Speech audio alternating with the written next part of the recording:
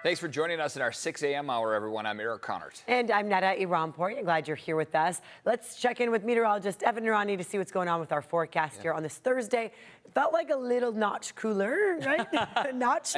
We will take any notch that we can get. But keep the notches coming. Yeah. Also, keep in mind the humidity plays a big role in this. So when we lose a little bit of humidity, it tends to feel a little bit cooler. We've noticed that in the last couple of evenings. You may have been able to open up the windows, let in some of the cooler air. Overnight, it's not a ton of relief. We'll look at your current temperatures in just a second, but want to mention what this afternoon will take us to. Upper 70s out by the coast, upper 80s inland, 90s for the mountains, and 109 for the deserts. Clear indication that the farther you are from the coast, the warmer those temperatures are going to be. 68 in Oceanside right now, 66 in Mira Mesa, 70 in Alpine, and 72 in downtown San Diego. We'll be talking about a warming trend we'll feel through the weekend, and then about a subsequent cooling trend that may take us to the below average range for the first time in several weeks. We will welcome that sight. Details and a look at your 10-day coming up. Thank you very much, Evan. And now new this morning, two San Diego-based companies are being connected to a salmonella outbreak linked to jalapenos. News 8's Chris Groh live in Mission Valley with the latest chain to remove this item from their menu here, Chris. Yeah, first Chipotle, now Qdoba. And so this is happening across the country in more than 24 states. Thankfully, here in California so far, there's only been one confirmed case. But let's jump into the numbers and what we are seeing, as well as what this source is. So, yes, we are seeing a salmonella outbreak linked to jalapenos that has affected at least 27 states and sickened more than 300 people. Now, those jalapenos link back to Sinaloa, Mexico, and they are distributed by a San Diego-based Coast Citrus Distributors. And that is the very latest that we are seeing. Now, the states that are linked to the biggest amount of cases, if you will, are Minnesota and Colorado. In fact, we heard from some folks in Colorado who kind of feel frustrated because at the grocery store, they were dealing with the potential for cyclospora. And now even at some of these restaurants, these fast casual restaurants, they're dealing with another potential disease. Mother of 5 kids, now I have to not give my infant fruit cups and not buy lettuce for our food, and it's just really inconvenient when it helps our immune system as well. Now, because both Chipotle and Qdoba removed the jalapenos, according to the CDC, they said, quote, that neither are considered a current ongoing risk to consumers in this outbreak. Back to you. Chris, thank you so much for the update on that. And now the cyclospora outbreak linked to lettuce is spreading. We're going to tell you if it's impacting California coming up in just a few minutes. And now to this update. The man accused of turning a fender bender into a road rage stabbing is pleading not guilty to 2 felonies. CHP says Orlando Query Chavez was involved in a crash on the 5 off-ramp to Tamarack Avenue Sunday evening. Authorities say Chavez punched the 22-year-old female driver and stabbed the 27-year-old male passenger. We do want to warn you the details you're about to hear from a witness are graphic. Oh my God. Like he was like 1, 2, 3. That's what I saw. But he actually stabbed him 5 times. It was so quick. But when I actually saw him afterward, he had his guts. His guts came out. In court. Yeah, so the medical team performing abdomen surgery there after that. The man remains in the ICU and the female victim is recovering at his bedside. President Trump says a deal to reopen the Strait of Hormuz could come today. Tehran says it's in the final stages of talks with Oman over management of the strait. Sources tell CBS News the proposal would require ships to use the route closest to Iran, while those exiting would use the one closest to Oman. There would be no tolls or service fees, something the U.S. insisted on, but Iranian officials say the U.S. naval blockade must end as well. Firefighters in Washington state are hoping to take advantage of cooler weather as they try to contain 3 major wildfires in the Spokane area. Some of the 60,000 people that have had to evacuate are returning home to burnt homes. Flames have destroyed at least 850 structures. Firefighters have established containment lines around the perimeters of all 3 fires, one of which was allegedly started by a man who is now facing arson charges. And right now, nearly 80 San Diego firefighters and personnel are in eastern Washington state, helping battle those wildfires. We're all working towards one common goal, to save lives and protect property, put that fire out. So anytime that we could assist our neighbors or have our neighbors assist us is a benefit for the community and the residents. Crews could remain in Washington for up to 2 weeks. Since mid-July, CAL FIRE has deployed nearly 400 firefighters, dozens from San Diego to other states, including Idaho, Oregon, and Nevada.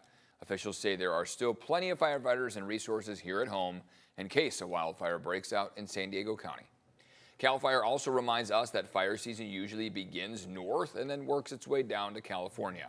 Right now in Northern California, southeast of Sacramento, the Gand fire is actively burning. Authorities say they arrested a man who was operating heavy equipment capable of producing sparks without required safeguards. The fire has burned over 10,000 acres and is 19% contained. Your child can now get a free e-bike helmet today, so that might help you out. The San Diego Bicycle Coalition hosting this giveaway. It'll be at Ebers Street Park and Playground next to the OB Rec Center. There's the address on your screen. Take a screenshot of it right now. It's happening from 6 to 7 p.m. Be sure to come out. This comes amid a rise in injuries linked to e-bikes. Helmets could help. The event will also feature information on laws for young riders and any tips to ride safely. We know some e-bikers head to school that way or home that way, so might be a little more of those out on the roads here soon. Kids can also get free backpacks today as they get ready to go back to school. The Bayside Community Center is hosting this distribution. It's at the Love Linda Vista Farmers Market. Your child must be present to get that backpack, and you do need to get an event ticket. So show up there at 3:30 for the ticket, and the distribution will begin at 4 o'clock. There's the address there on your screen. The first day of school is just around the corner, and while many families are focused on those shopping lists and school supplies, there's another important preparation checklist. That would be your child's health. So coming up here at 7:45, Dr. Nadia Ansari, a pediatrician with Sharp Reese Steely Medical Group, will join us here in the studio to talk about what parents need to know for a healthy start to the school year. And transitional kindergarten, one of the first steps California's youngest learners take in their academic careers.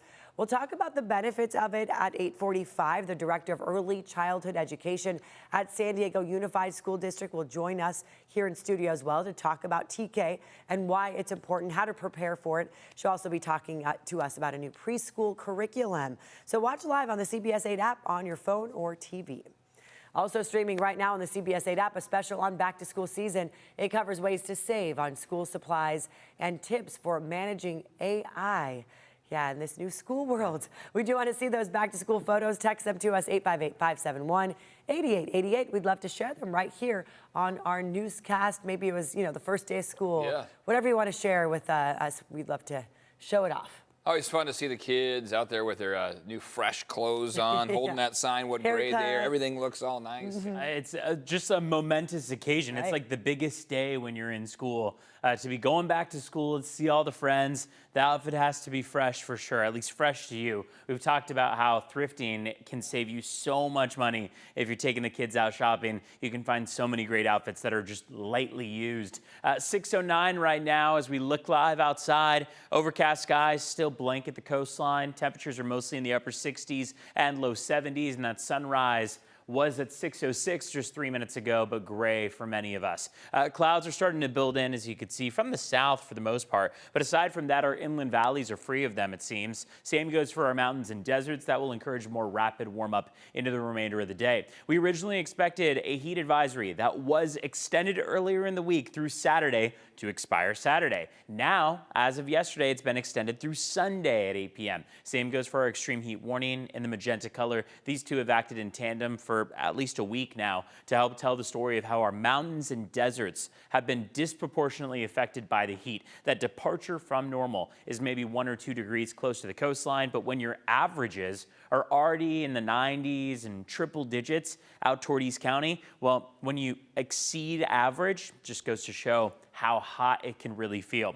We're going to start to usher in more monsoonal moisture beginning on Sunday. Our chance for rain jumps to 36% toward our local mountains and deserts. Some pop-up showers and pop-up thunderstorms will be things to watch for. The plus side is after that chance for rain starts to diminish, that was closer to about Sunday, Monday, Tuesday. By Wednesday, that humidity seems to slide just a bit, and so do our temperatures. We get all the way down to 83 degrees just about a week out. Keep in mind, models can still change between now and then, so that's why we're not leaning too heavily into these cooler models because we want to give them time to adjust and to all come into agreement. Let's check into traffic. 6:10 right now. So far, your road conditions have been looking pretty mild. We have no major volume on the roads and only 2 spots that we can take you to in terms of crashes. First one we want to mention is on the 163. Off-ramp is partially blocked in Linda Vista on the southbound lanes of the 163 to Genesee Avenue. Second thing to mention, a little bit farther southeast, we've got the 54. Accident blocking the center divider on the eastbound lanes